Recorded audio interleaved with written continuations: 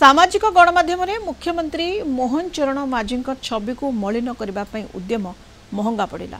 रायगड़ार जोड़े युवक किशोर कौशल्या गिरफ।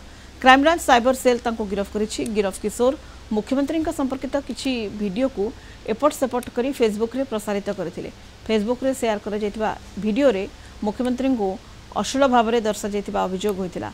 अभियोग करी उल्लेख करथिले जे वीडियोटी मुख्यमंत्री को बदनाम करबा, साधारण लोकों भितरे तांकर भावमूर्ति नष्ट करने उद्देश्य रे एहाकु विकृत करी भाइराल करा जायतिला। अभियोग पर क्राइमब्रांच साइबर क्राइम यूनिट तुरंत घटनार तदंत करथिला।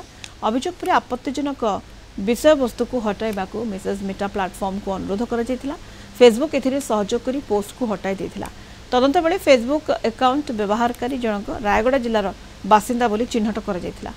ए घटना क्राइमब्रांच टीम तुरंत रायगड़ा जाई अभियुक्त किशोर कौशल्या को चांदिली थाना अंतर्गत केउटागुड़ा स्टेशन साहिरु गिरफ करथिला। अभियुक्त किशोर काशीपुर ब्लॉक टिकिरी ठारे एक निर्माण कंपनी रे कार्य करुथुबा जणा पड़िछि।